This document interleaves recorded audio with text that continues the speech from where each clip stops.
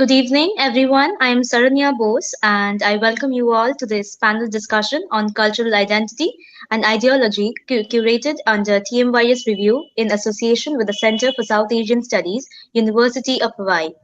Under this theme, TMYS Review March 2023, we'll talk about language and provincial narratives. Our topic for today is language and sexism. We are honored to have Dr. Rakhshanda Jalil and Dr. Sourav Banerjee as our esteemed speakers for the panel. We were also supposed to be joined by Kiran Manral ma'am, but due to unfortunate circumstances, she'll not be able to join us tonight. Um, I shall now quickly introduce our speakers. Dr. Rakhshanda Jalil is a multi-award winning translator, writer, and literary historian. She has published over 30 books and written over 50 academic papers and essays. Her book on the lesser known monuments of Delhi, Invisible City 2008, continues to be a bestseller. She runs an organization called Hindustani Awaz, devoted to the popularization of Hindi and Urdu literature and culture. She was awarded the Kaifi Azmi Award, the first Jawad Memorial Prize, and the Distinguished Translator Award by Vani Prakashan at Jaipur Late Fest. Dr. Sourav Banerjee is an associate professor and head of the Department of English of a government-sponsored college affiliated to the University of Calcutta. He is an education ambassador of the International Organization of Educators and Researchers, Philippines, a member of the International Advisory Board of the book series titled Post-Humanities and Citizenship, Futures of Roman and Littlefield, and editorial board member of Asia Pacific Journal of Advanced Education and Technology. So without further ado, now I'd like to start today's session. Dr. Sourav Banerjee, I request you to please present your views on today's topic. Yeah, thank you, Saranya, and a very good evening to all. So, language and sexism. So, what I'll do is I'll begin with a quote of the 19th century British politician Lord Acton, who had said that power corrupts and absolute power corrupts absolutely. So we know that power and corruption go hand in hand. And we also know that language is power, and therefore language is also problematic. Now to understand how this happens, we will use Walter Benjamin's philosophy of language as an entry point to this whole problem. Now, Walter Benjamin sees the problem of the immediacy of language in mythical terms and sets the scene of his exploration in the Garden of Eden. There, the relationship between the signifier and the signified was not random, but decided by God. So through an interpretation of Genesis 1:4 and 11, Benjamin points out that human cognitive ability can only manifest itself in language. According to his theory, language is structured in three phases. At the first stage, that is at the time of the divine creation, there was a perfect harmony or correspondence between the physical object and the divine word that created it. In the second stage, Adam is called upon to name nature and its creatures. Now, Adam's act of giving names is not random, but it mimics God's creative utterance of objects insofar as it is the sonic mold of speechless nature. At this stage, human language denotes paradisical connotations, which is lost in the third stage, that of the fall. So after the fall, what happens is that language loses its correspondence with the objects it names and starts to become the medium of communication only. This non-correspondence of things and word that happens after the fall renders language to an approximation and makes it an arbitrary system. And it is exactly here that the creators of the language come in. Now, since time immemorial, after the fall that is, language and their syntax have always been androcentric. Traditionally, men, remember it was Adam and not Eve naming. So traditionally, men have always been the creators, the custodians, and the protectors of the language. So it is no wonder then that there is sexism in language, and it is a kind of hegemony, quote unquote masculine hegemony, as Judith Butler calls it, in language. Now, to see how it all happens, we must understand that our identities, in terms of who or what we are, is defined to a large extent by language. This power of language to affect and create identity is reflected by the fact that language has been used time and again to defamiliarize, dehumanize, and even at times demonize individuals and groups. These groups may be the religious minorities like the Jews, or ethnic minorities like the blacks, or even a group comprising of almost half the world's population, the women, who cannot even be labeled quote unquote gender minorities. Now, language is both an instrument of communication and an instrument of knowledge of the world around us. According to Jimenez Catalan, by means of language, we shape our view of society, we organize our knowledge, we learn new things, and above all, we assimilate the norms and social patterns of our community. Language actually articulates consciousness, reflects culture, and even affects the way we socialize.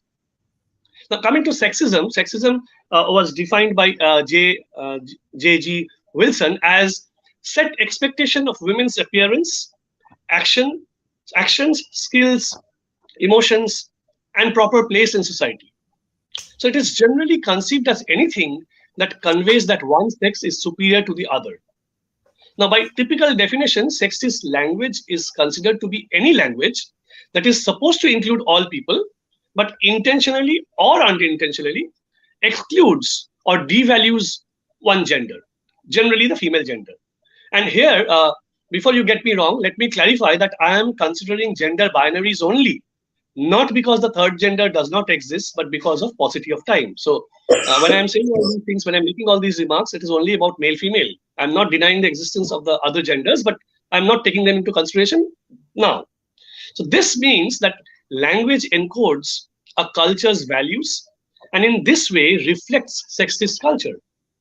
Now, if we stop to ask if English is sexist, there will be no denying it.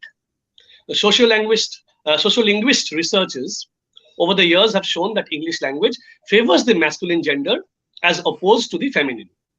And to exemplify it, today here I will analyze the sexism of the English language from 5 parameters, namely sexism in semantics, sexism inherent in the morphology of the language, sexism in the syntax, sexism in the honorific use of titles, and sexist use of non-parallel terms. So coming to the first part, sexism in semantics, I have divided it into 3 parts, 3 subparts. The first is semantic collocation. In English, a word may have different connotations when it is collocated with a male term or a female term. When applied to women, the same words are likely to narrow down and even assume sexual connotations. For example, when we say he is a professional, the normal conclusion is that he is a doctor or a lawyer or a football player or a member of any of these or some other of these reputed professions, respected professions. But when we say the same thing, she is a professional, it could be interpreted in the same way, or it could also be interpreted to mean that she is either a prostitute or a promiscuous woman. Another such term would be tramp. A man, when called a tramp, is defined as a person with no home, no job, a person who wanders from place to place. But when the same word is used with a woman, or for a woman, she is considered to be a sexually immoral person. Again, the word loose. It seems quite neutral. It seems quite a neutral word for both male and female. But a loose woman reminds people of a woman considered to be lascivious, whereas a loose man just means a casual person. Now, coming to the second subdivision, semantic change of sex paired words. In English, there are a lot of sex pair words which are quite different from each other according to their semantic meaning. Generally speaking, men's agent nouns are often considered to be positive, while those for women often obtain or contain a negative meaning. Word pairs like courtier, courtesans, and master, mistress demonstrate more than just a sexual difference. Take, for example, the word governor and governess. In the Oxford English Dictionary, a governor is defined as a man who exercises a sovereign authority in a colony, territory, or state, or whatever. Whereas for the feminine word governess, the first definition in the same Oxford English Dictionary is that of being a chief nursemaid. Then again, in the pair of bachelor and spinster, both should designate unmarried adults. But spinster, marked for females, seems to have acquired the insulting meaning of an old maid, referring to someone who is unable to find a husband. By implication, they are too ugly or too fussy. Bachelor, marked for males, by contrast, has the positive connotation of freedom and agency and independence, and still having all the choice of marrying or not. Now, why only English? In Hindi and Bengali too, the only other two languages that I can speak other than English, men are asked, let's say, shadi kiye ho or biye korecho in Hindi and Bengali respectively, meaning, have you married? Well, women are asked, shadi ho gayi, biye hoyeche, meaning, have you managed to get married? That obviously is very sexist. Now, I come to the final sub part of this, that is the personification and imagery. It is very, very obvious that in the English language, personification of inanimate objects arises from stereotype notions of male and female characteristics. Objects which are strong or powerful are generally personified as male, while those which are weak, passive, or receptive are personified as female. Thus, the sun is seen to be male, while the moon, which receives light from the sun and is mellow, is seen to be female. Mother Nature, within quotes, is another such feminine personification of our ecosystem that gives us the right to exploit it, just as women are exploited. Another classic example would be the representation of the heroes and heroines of the fairy tales. Now, I'll move on to the second part, that is morphology of the language. So, sexism is also seen to be engraved there. The naming practices for women and men are often asymmetrical. In linguistics, markedness refers to the way words are changed or added to give a special meaning. The unmarked choice is just the normal meaning. The male term is for the most part unmarked, while the female term is marked. It is created by adding a bound morpheme to the male term or by combining the male term with a word referring to female. In English, derivational morphemes are mainly prefixes and suffixes. Take, for example, the pairs like lion, lioness, prince, princess, actor, actress, host, hostess, and the list goes on. And there are many other such examples too. So while we say that men play golf and cricket, women play women's golf and women's cricket. Now, how is it different?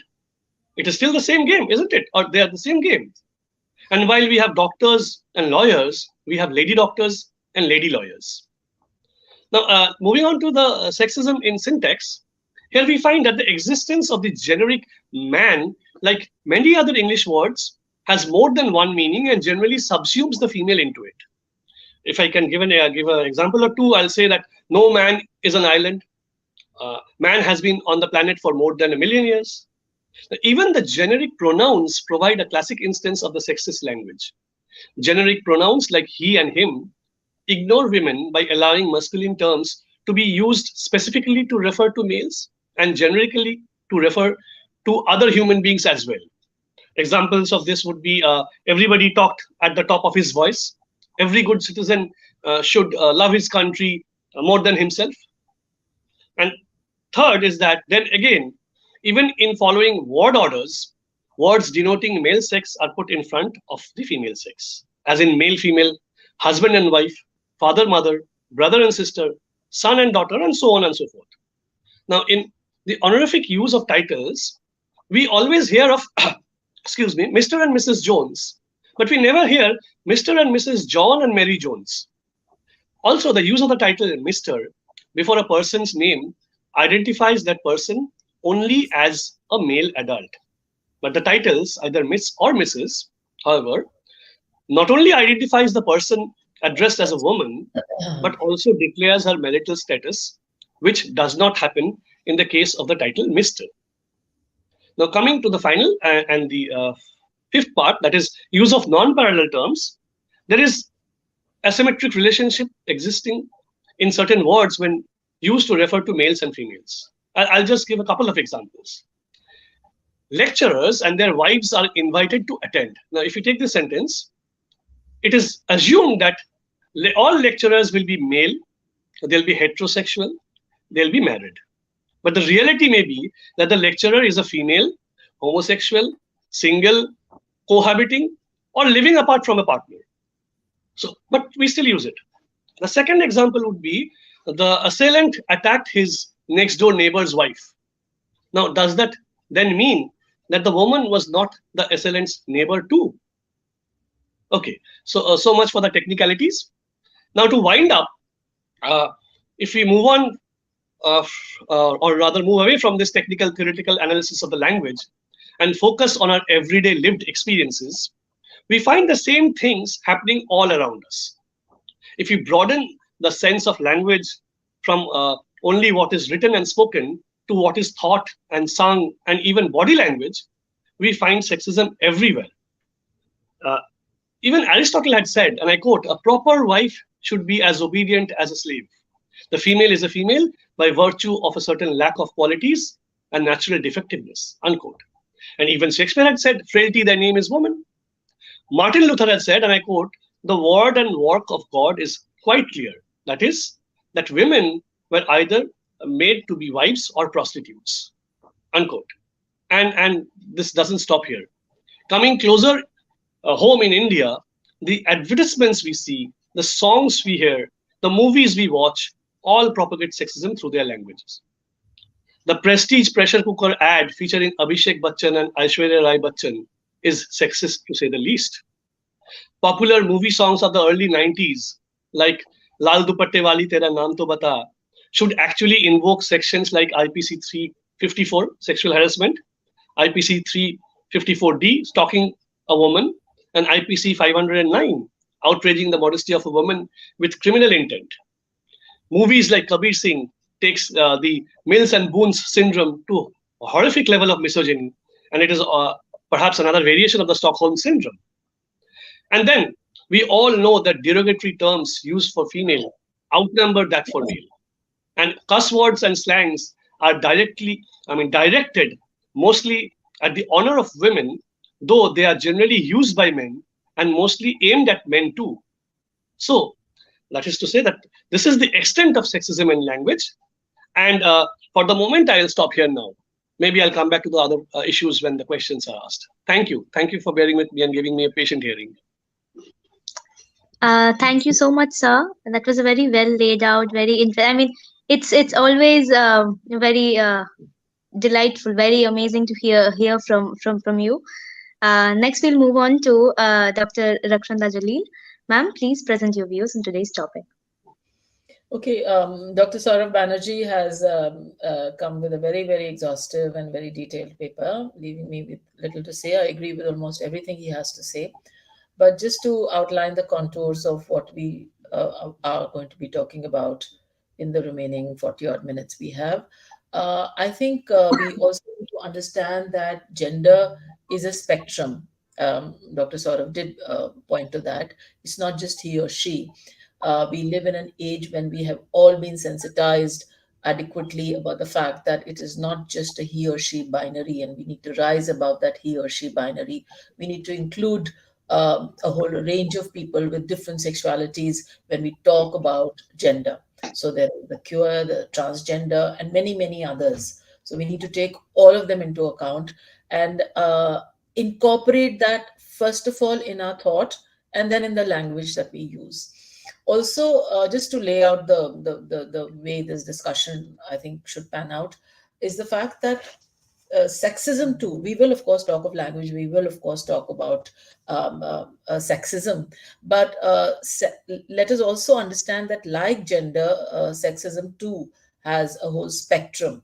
There is the benign patriarchy, which we see in society all the time. We tell mothers, tell young girls to come back home early because it's not safe. So nobody thinks of telling sons to make the world a safer space. We rather tell our daughters from a very young age that the world outside is not safe, so you come back home. Because, and we are saying this, we're putting this curfew, we're putting these restrictions, we're putting these boundaries and teaching you about these boundaries, because it is for your own good. So this whole business of for your own good comes from a benign understanding of patriarchy, and willy-nilly many of us, most of us, perpetuate it.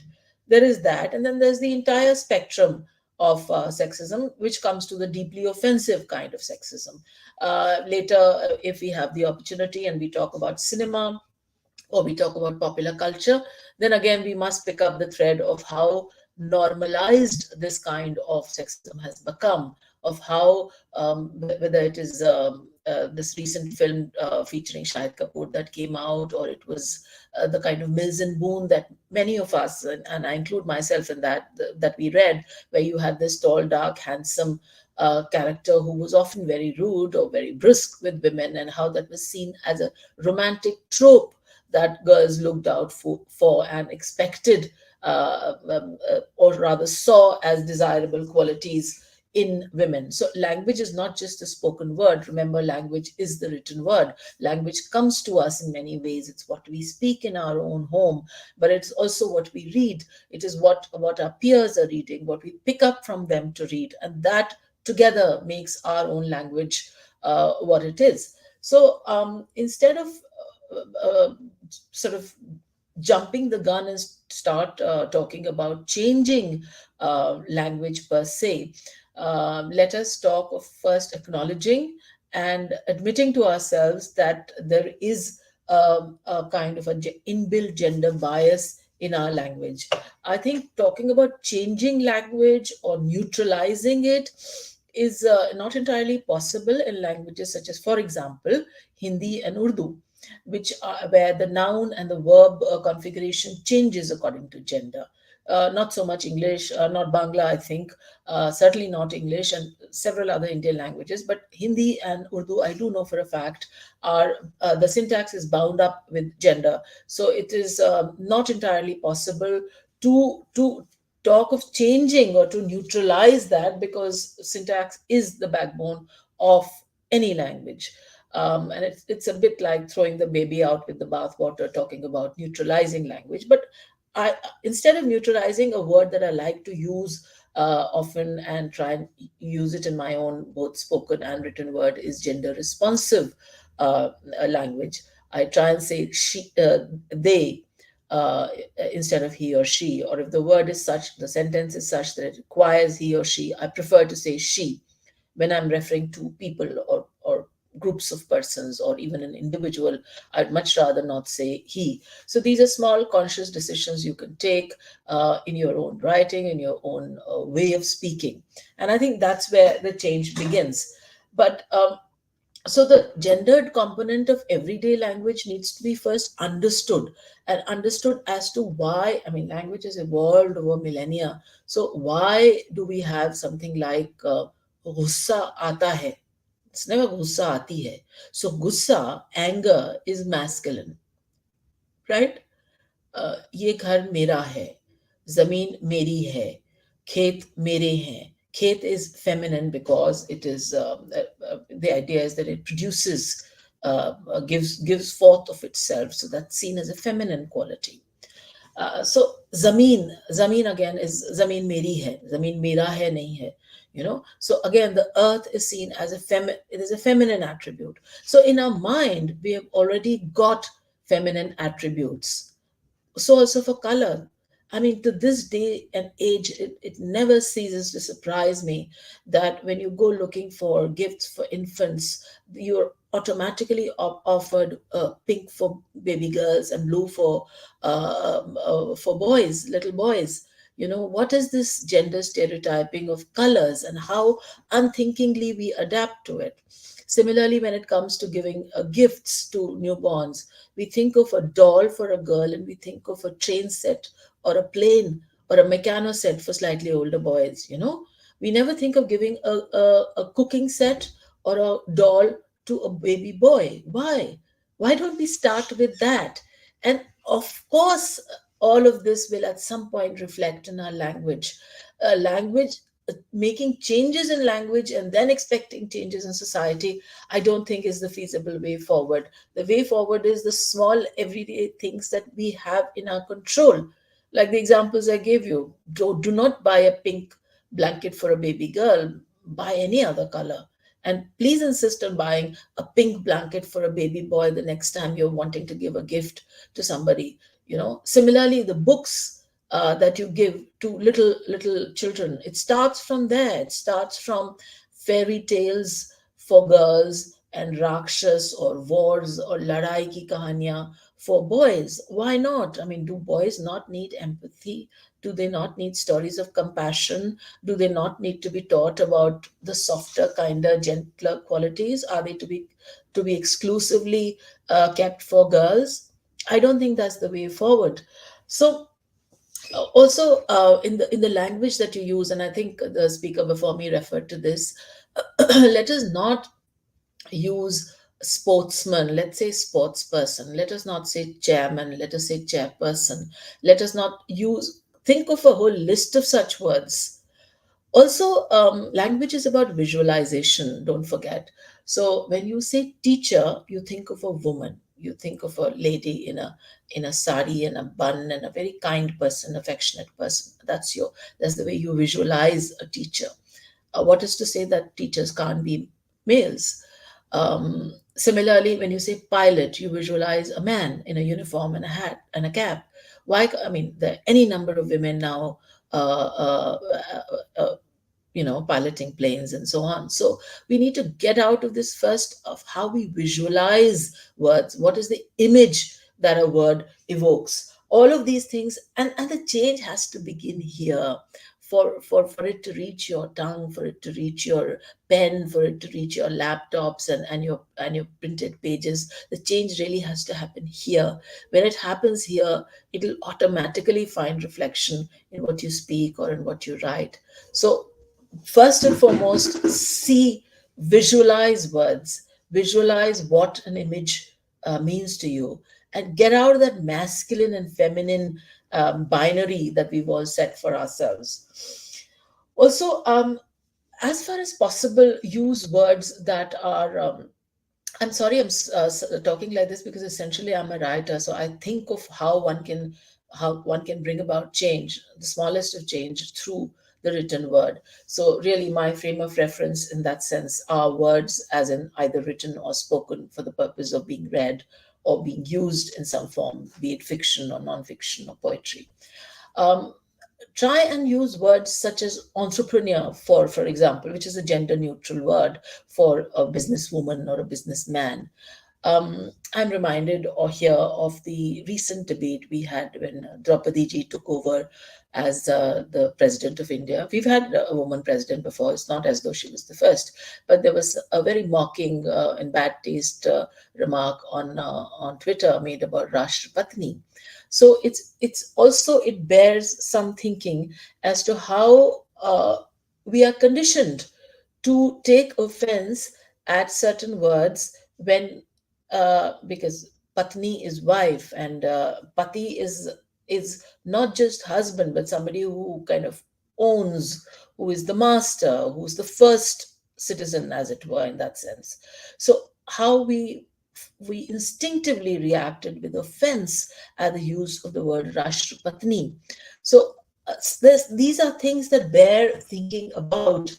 Like hero, when we say hero, we mean somebody who's done not just a filmy hero, but when we say hero, we also mean somebody who has done a heroic deed. And yet it's equivalent when we say heroine. It has an instantly filmy connotation to it. And this is usage. Usage will change with time, with constant application of mind and thought. So yeah, I mean, there are words that are problematic. Uh, One way forward, I see it, is to use hero and not make it gender specific. Use hero for a woman. A woman has done a heroic act, she's a hero. You don't have to say heroine, because that makes it gives it a filmy color. It gives it a female protagonist sort of color. Dr. Sourav mentioned this whole business of we don't say, why do we need to say lady doctor or lady judge? Why is it not sufficient to just say judge or doctor or pilot? Why are occupations and trades linked to gender? Is a woman judge in any way? Yes, there are fewer number, but there are enough of them. There are enough lawyers, for example. There are fewer in numbers. They're not, the proportion is possibly not commensurate with their population. But having said that, they're in large numbers. We don't have to say woman doctor or woman lawyer or lady judge or so on and so forth. Need to bear in mind. And somewhere also the unthinking sexism that creeps into our language. It could be about appearance. It could be about when you see lines on a man's face, they're called laughter lines. But on a woman's face, they're called wrinkles. So aging is also viewed differently. The speaker before me gave the example of marriage. So a bachelor is okay. He's somebody who has, the world's his oyster. He's got he can enjoy life. But the equivalent of a bachelor, an old maid, is seen as somebody to be pitied and somebody to be questioned. So if a woman has not got married by a certain age, the expression used for her is she's on the shelf. So all of these are deeply offensive ways of looking at gender and how they have been neutralized to a very large extent. I think I'll end my remarks here and take up any questions, Saranya, that you might have. Thank you so much, ma'am. The question that I'd like to ask is, since you mentioned about popular culture, Dr. Sourav also mentioned about the representation of men in popular culture, and then romanticizing them.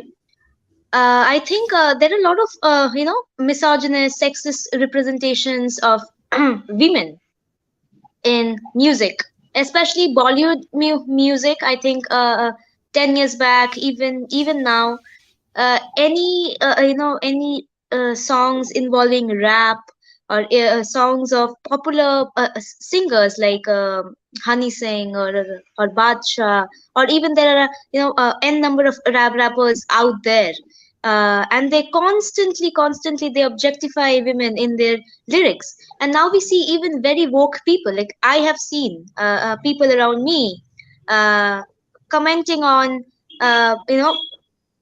at one time they're commenting about how women should not be objectified, and then on the other hand, when the music is playing, they're singing and dancing and lip syncing to that. So in a culture like that, where it is very much around us, how do we see this change happening? Like you said, the change is in the mind, but then we see a very split reaction to both things. So how do we see this, Who are you addressing this question to? ma'am? To you. Okay, all right. So, yeah, I think popular culture needs to be really dissected and looked at very closely. I think popular culture, be it pop lyrics, the music that we hear, the music that is played in weddings, the folk songs that are sung at weddings, the films that we have been watching since a very young age, from a very impressionable age. I think all of that give us a very warped idea of sexuality, of sexism, of the relationship between men and women.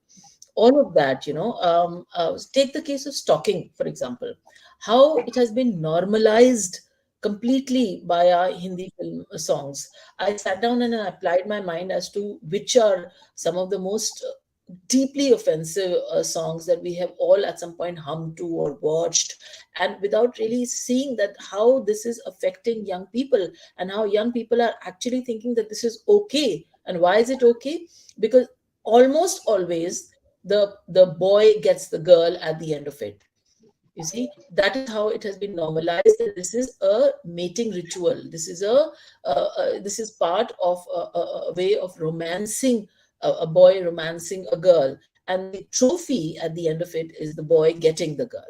Now, I have in mind a song that goes back to my childhood and youth, which has which is wrong and bad at too many levels. This is from a film called Mera Naam Joker, and it has Devanand and a very very young Hema Malini. Of course, there is a huge age gap between them, which is visible even at that time, and that is also problematic at one level.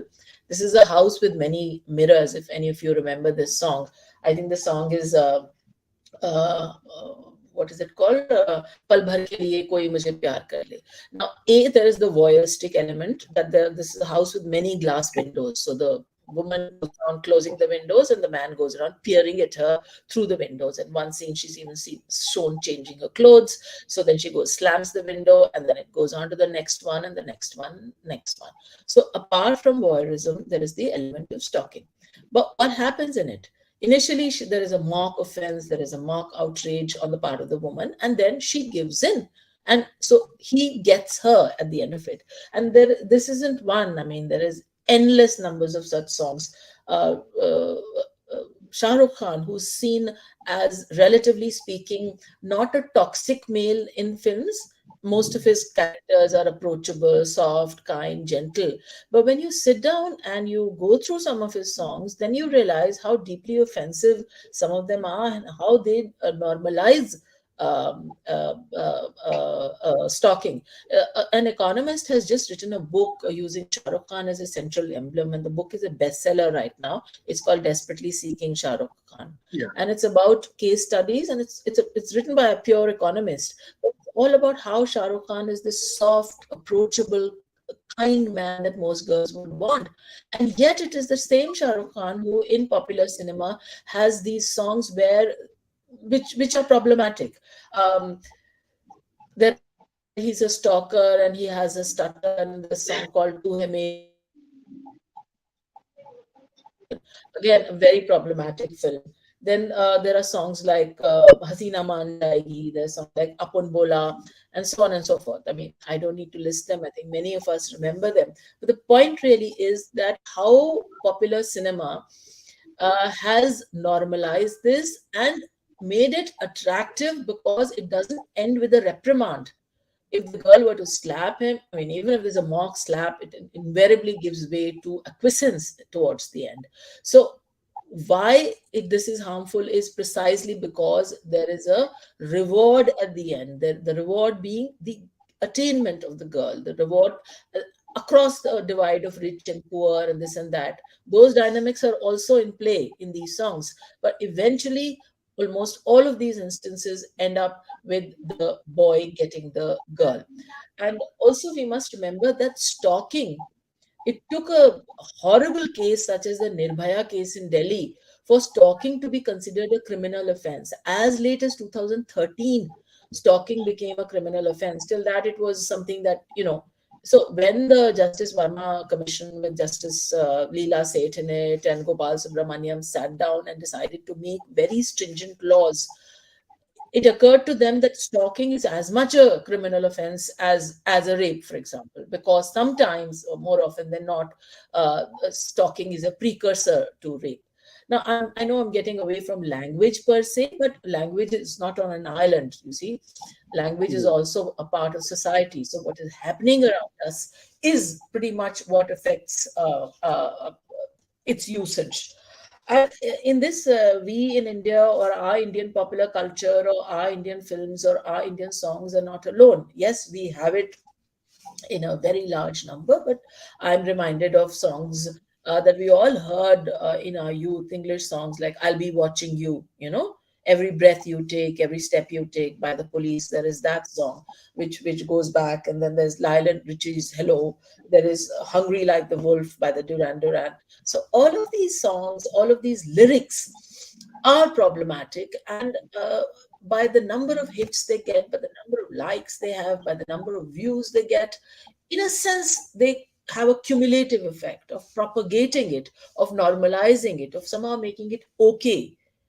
Instead, I think performers, artists, writers, lyric writers, filmmakers, they all need to be mindful of the effect that these things have on young, impressionable minds.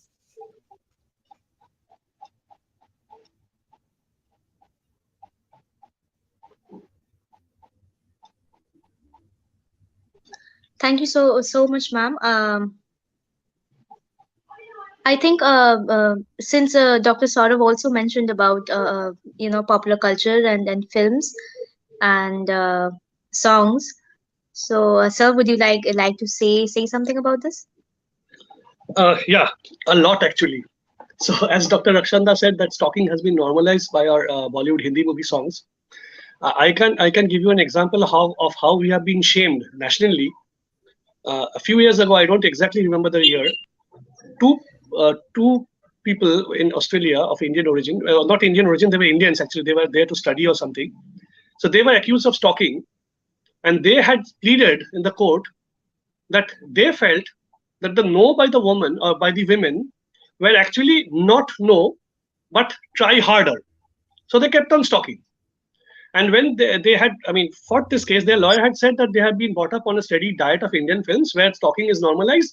And the judge was shown the films that they were talking about, and the judge accepted that okay, fine, culturally they are used to such things. So they did, I mean, meant no harm, and therefore they were acquitted. I mean, just can you imagine that where we stand? And Dr. Rakshanda also mentioned the song. कब तक रूठेगी चीखेगी चिल्लाएगी दिल कहती है एक दिन हसीना मान जाएगी, if I'm not wrong. So it says that Yes, yes. if the girl has said no, keep trying, keep bothering her. How long will she be angry? Will she shout? Will she create, I mean, throw tantrums and create a scene? Ultimately, she will have to say yes. So that is what is propagated. A no does not mean a no in Indian context, in the Indian movies. Okay, and there are other songs. This one, Dr. Rakshanda was talking about a Shah Rukh Khan movie. I actually forgot the name, where Aishwarya Rai was his sister, and then Shah Rukh Khan was in love with some other girl, and she was saying Apun no, bola. and then the girl Yeah. was trying to Apun impose. bola. Huh? हाँ अपन Apun बोला. bola. So that ये remember that line, ये उसका style होएगा, होठों पे हाँ दिल पे होठों पे ना दिल पे हाँ होएगा, as if the girl is saying no, that is only through her lips, but in her heart she harbors feelings for this man. Absolutely horrible. And you're talking about rappers, you're talking about Badshah, Honey Singh, and whatever. But what about Shah Rukh Khan's popular movies? कुछ होता है. I'm sorry to say this. I know I'll make a lot of enemies, but कुछ होता है is toxic and anti-feminist to the power of infinity. Imagine you marrying someone and then naming your little child after your ex, or I mean friend's name. It is not a mark of respect. You're spoiling the child's, I mean the baby's childhood. And the mother writes letter to her. Her 8th birthday, she receives letters. So like, where is her childhood gone? And she's entrusted with the job of pairing of her father with a girl who he had met in college, ignored completely. And then see, Shah Rukh Khan only accepts Kajol in that film when she grows hair, when she takes on that feminine form. As long as she is kind of equal to her, as long as she performs equal to her, she defeats her in basketball while she was a student. Remember, while they were students. The moment she starts wearing a sari and has a pallu tucked into her waist in the famous basketball scene, and her restrictions, her movements are restricted, she loses the game. And then Shah Rukh Khan accepts her, Rahul, whatever it is, Rahul accepts her into his life. Toxic, toxic. I will not talk on this anymore because I know that it will be hard to digest for a lot of diehard Shah Rukh Khan fans, male and female both. So let's stop it there. And I will also say not only this, popular culture does not only refer to raps and movies. It also refers to fairy tales and the OTT platforms and other things. You said you are an oak person. Of course you are. We are kind of a generation or two ahead of you. So, but we still keep track. We have to. Okay, so what happens on these OTT platforms and what happens on these fairy tales? You have these remakes of these fairy tales. Tell me what happens. It's the same toxic Mills and Boons stories all over again. The rugged male and the innocent girl. In fairy tales, what happens? The girl is described as in a far, far away land. There lived a beautiful princess. Beautiful, that's it. Brushing her hair with a sheen on her, I mean, straightened hair. They didn't have parlors, but whatever. What qualities does she have other than beauty? Nothing. But whereas the hero, he may be a prince or a common person, but he's an achiever. And then he gets the trophy wife. And remember, the prize is always half the kingdom and the whole princess. I repeat, half the kingdom and the whole princess. So to the father, the half the kingdom is what more than the daughter. So he can give away the whole princess, but not the whole kingdom. So these are toxic things in popular culture, which we need to change. And as Dr. Jalil was saying that, yeah, you want to add something? No. Please finish. Yeah. So as she was saying that, yes, we are making superficial changes. Like in the Bollywood award Please shows, finish. we say Please carry on. best actor, female category, best actor, male category. So you have replaced the word actor and actress, but you've still maintained it. Best actor, male category, best actor, female category. What have you changed? Nothing. So these are superficial changes. Yes, you might call a woman actor and a man actor, but then there are certain connotations, there are certain denotations, there are certain associations which need to be removed. I don't mind calling someone an actor and actress as long as the negative connotations from both these terms are removed. So that is more important than just changing the terms and making a superficial change I in the want whole to bring system. one word Yeah. to the table. I think Let's we are talk losing about your voice.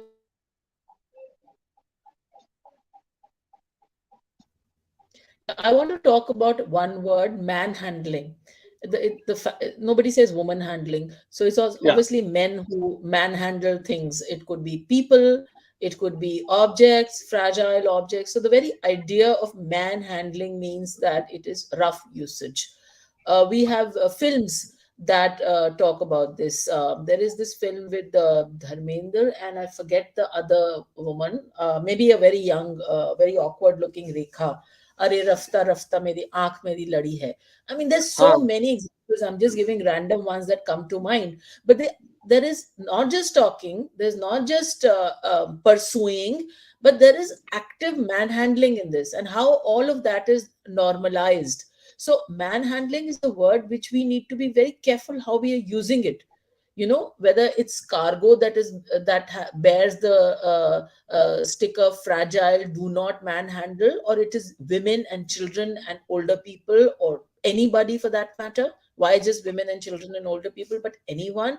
We need to be careful of how certain words have come into our everyday vocabulary, and how unthinkingly we use it.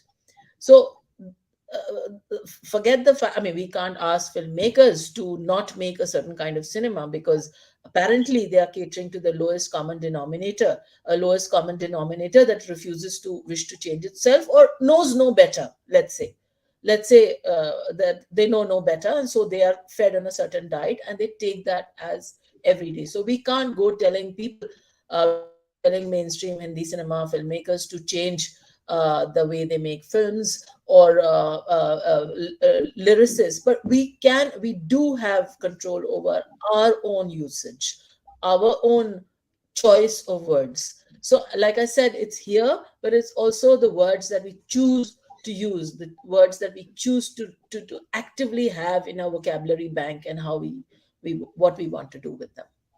And Language we is must also, currency. Spend it as wisely or as foolishly as you want. yeah, and the word popular also has two meanings. So while it means that it is, I mean, appeals to the masses, it also is a kind of opposition to the classics. So it's cheap also. So that way, classic, popular. Popular does not always mean that it is hit with the masses. So it has two connotations. We must keep both these in mind while discussing these things. Yes. Thank you so much, Dr. Jalil and Dr. Sourav Banerjee. Since we already talked about films and music and popular culture, now I'd like to curb it down to more language itself. So my question to Dr. Sourav would be, uh, do you think that descriptions of women in literature, in the written word, plays a huge role in social conditioning and compartmentalizing of gender in society?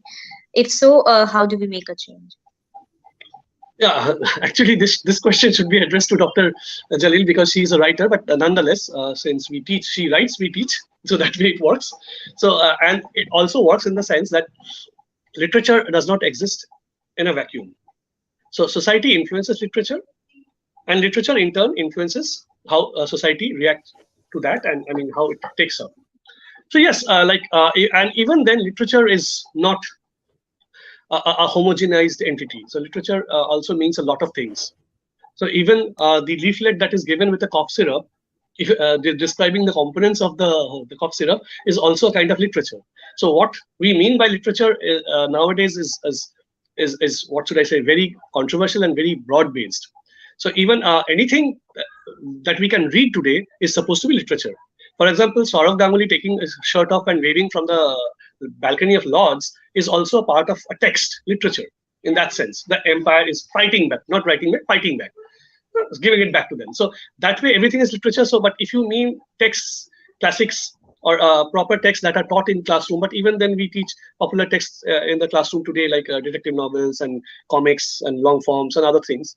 So yes, literature does influence the way that people think, and literature goes a long way. Literature goes a long way in kind of what should I say, influencing the minds of the people. I had actually talked about the fairy tales. If you give me a chance, I'll talk about it a little more now. See, the time when a child takes up a fairy tale, it's absolutely in the early years, okay, in your life. So there your mind is a tabula rasa, a blank slate.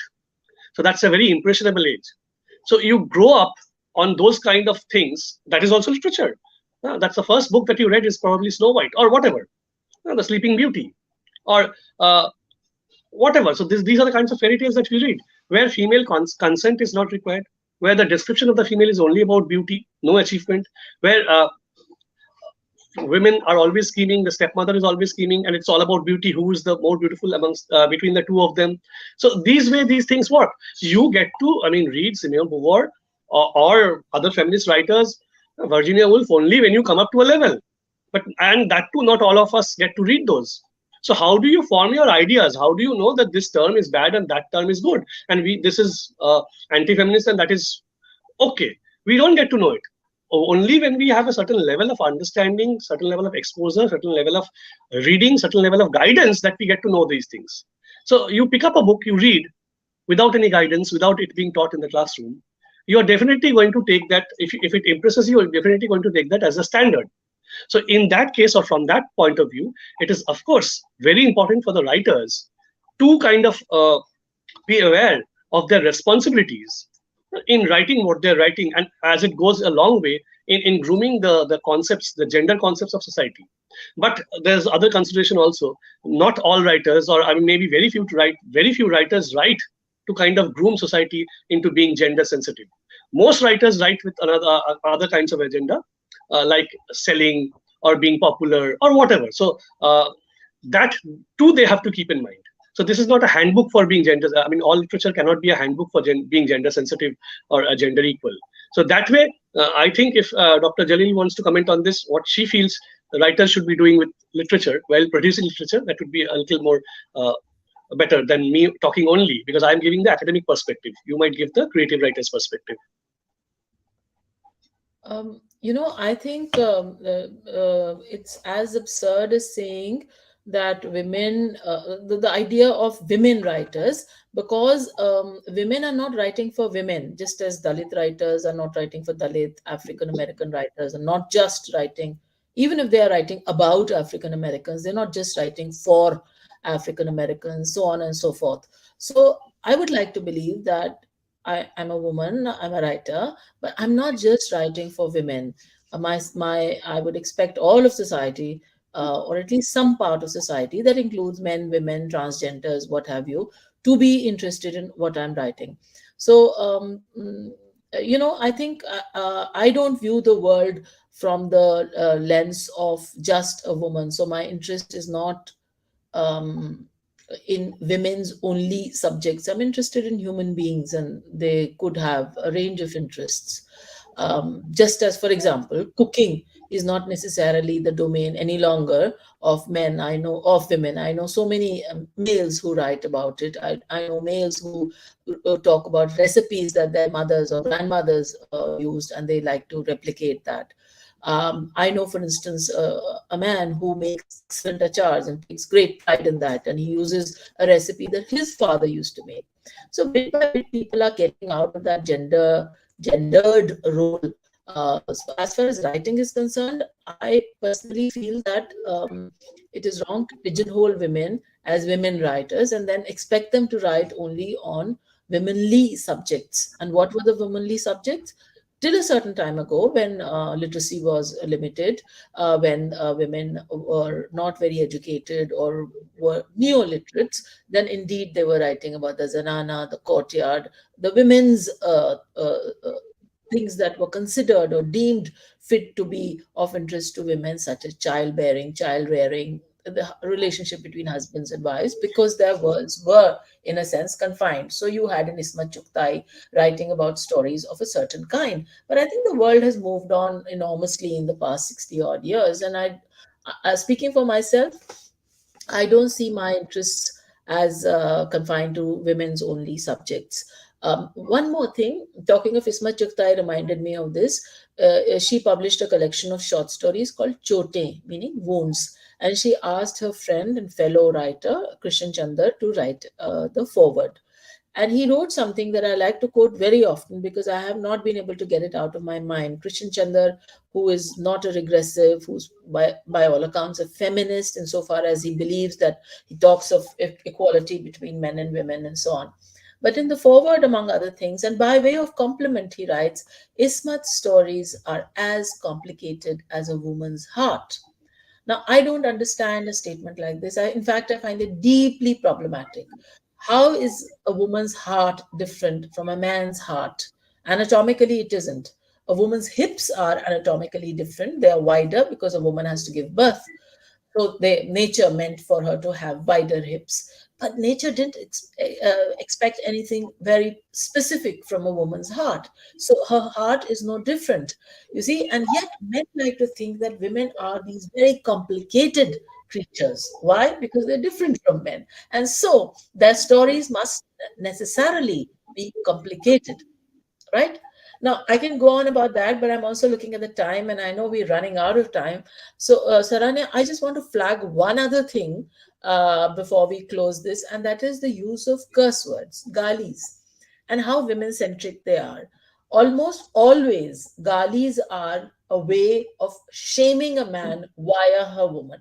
It could be her mother, it could be her sister, it could be her wife. So, the MCBC galis are all about they're either about women having lost their modesty, shame, or they are directly about the reproductive organs of a woman, the bodily parts of a woman that pertain to her being a reproductive being, right? So galis are such a, both in English and in Hindi, Dr. Banerjee, you could tell us if it's the same in Bangla, for instance, but I do know for a fact that in Urdu, Hindi, in English, a great many of the galis seem to be centered around women's reproductiveness, their body parts, and their relationship vis-a-vis men. The most benign of the galis the word that I can take on a public platform is Sala. And who is a Sala? He's a wife's brother. Who is a Sali? He's a wife's sister. So why did a wife's sister and a wife's brother become a gali? Why did it become an abuse? Sasara, which is more rural than more rustic than city, but nevertheless used, is a wife's father. So your father-in-law. So why is Sasara a gali? And I'm not even going into the more graphic ones. I'm talking about the ones I can actually mention in this debate. So what happens here? Where has a woman vis-a-vis a man become an abuse? When did this happen, and why do we use it so unthinkingly? If I could cut in, that is because a woman was never seen as an individual entity existing by herself. She was always seen as being the property of a man. So what happens is that when you want to insult somebody, when you want to remember in the classical age, in the classical tragedies, when a hero is discovered to have done something wrong and his fall comes, he is never killed off. He never dies. So he has to, dying would be a very meek punishment, a very gentle punishment. So he has to suffer. Oedipus is blinded. He blinds himself and he is thrown out of the country and is to suffer. So suffering is more important than dying. So even in this case, when a woman is supposed to be a property of a man, so what happens? How do you kind of take your revenge on that man? You don't kill him off. You don't insult him. You take away his property. You insult his property. You take away his cows. You take away his land. You burn his crops. You take away his wife. So that is, I think, how insulting a man's wife, mother, brother, sorry, not brother, mother, sister, all is a part of it. Because rape is not always about sexual gratification. It perhaps never is. It is less about sex and more about force. That my will to do whatever I want to do to you. So it's the same thing with the galis, with the cuss words. That is why most of the cuss words, even when they are directed at men, used by men, have to do with women, are related to women. So obviously we cannot pronounce them here on this show, but I'm sure that if you think of it in any language, most of the cuss words are female related, then male related. So that would be my point of view on this. Thank you so much, sir. I think in the beginning of the session we were kind of talking about the paucity of time, but I mean time flew by. So with this, we come to the end of our session. I extend my heartfelt gratitude to Dr. Rakhshanda Jalil and Dr. Sourav Banerjee for this remarkable session. Thank you, everyone, for joining us tonight. Thank you. Thank you, Sarannaya. It was a great session.